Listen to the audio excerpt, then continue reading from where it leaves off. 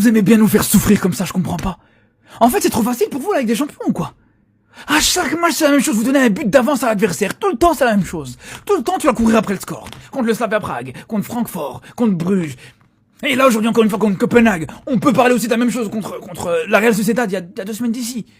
Non, les frères, s'il vous plaît, au bout d'un moment, c'est bien.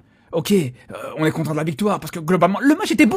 Et le match était presque parfait. C'était un gros match du Barça. À part 1 ou 2 joueurs, voilà. On va en parler. Mais le match était très très bon. Mais pourquoi rentrer dans cette souffrance? Pourquoi rentrer dans cette paranoïa? Pourquoi rentrer dans cette course après le score, les frères, à chaque fois comme ça, avec des erreurs bêtes et évitables en début de match? Je comprends pas, les gars. Alors là, pas de problème contre Copenhague, contre le Slavia Prague, tout ça, ça peut passer. Mais on l'a bien vu la semaine dernière, contre l'Inter, c'est pas passé. Contre l'Inter, c'est pas passé. Alors même si juste derrière, t'as réussi à rattraper ce score, imaginez-vous juste derrière, les gars. Contre l'Inter, si t'as pas pris ces 2 buts en début de match, ou pareil, même chose au match aller, ou si t'avais pas encaissé en début de match, la situation aurait été totalement différente. Donc je comprends pas le problème actuellement de ce Barça dans le Zivlik, avoir cette tendance à chaque fois à avoir du mal clairement à bien entamer les matchs, tout simplement.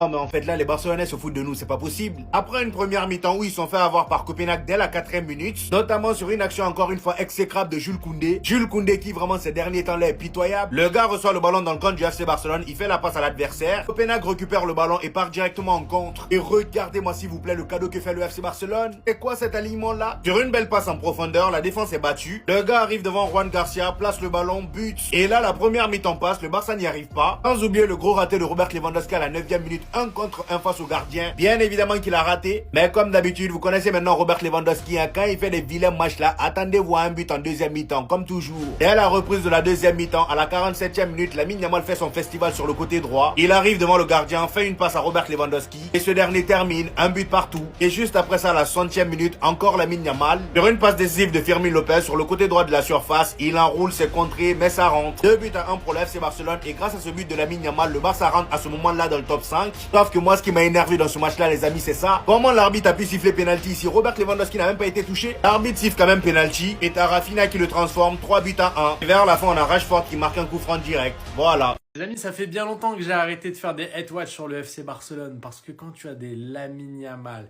et des Rafinha titulaires sur le terrain, tu sais qu'il ne peut strictement rien leur arriver. Ils arrivent toujours à retourner les situations. Quand bien même Pedri ne joue pas, c'est pas grave. Dani Olmo qui vient sortir le match de sa vie. Et vous savez, c'est dû à quoi tout ça? Hansi Flick, la pièce maîtresse du Barça, c'est bien lui.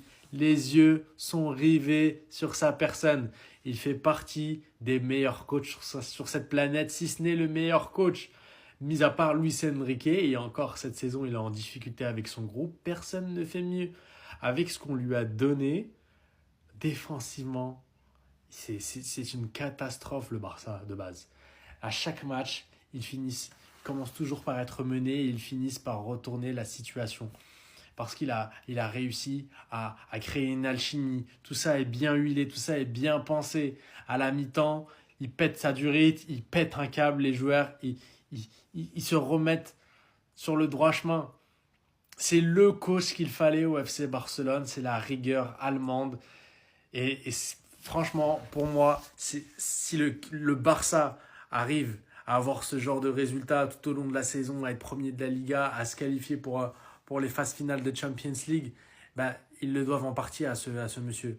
Parce que avec Xavi, avec les autres coachs précédemment, les coachs qui ont croisé le banc du Barça, ça a toujours été catastrophique. Catastrophique.